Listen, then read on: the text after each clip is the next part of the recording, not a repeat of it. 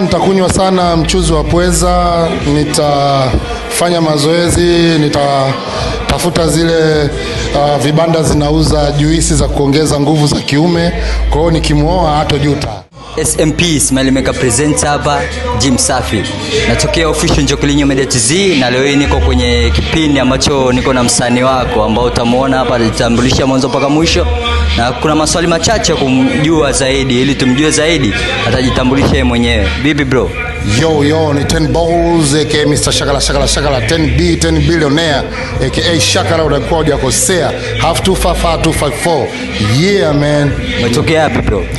Umetokea Nairobi. Yeah. Kenya. Exactly. Mimi ni East Africa kabisa. Kenya, Congo, Tanzania ni yangu. Wewe ni msanii yani ni bongo flavor au nini? Kwa specific ni msanii wa Afrobeat. Yeah, Afrobeat artist. Yeah. Haikuletei shida au changamoto yoyote labda kwenye mambo mengine, labda kwenye muda au nini? Muda kivipi yani? Yani labda kwenye mambo yako mengine haikuletei shida labda, au ni hiyo unadili tu na muziki basi? Muziki ndio kitu ambao nafanya, lakini kuna vitu zingine tofauti pia nafanya.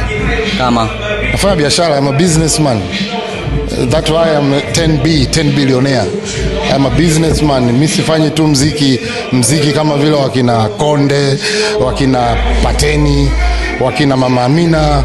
No, mimi nafanya muziki for fun. It's my hobby, but I'm a very big businessman. Umeoa? No comment. Ila sijaoa, sina pete ya uchumba. Yeah. Sasa wasanii tunaona ni muda mwingi sana mnapoteza labda kwenye mambo yenu ya kimusic. Kwa hiyo labda ukija kumpata huyo ambaye labda utaanzisha naye mahusiano, utamzingatiaje ili asijisikie vibaya au upweke?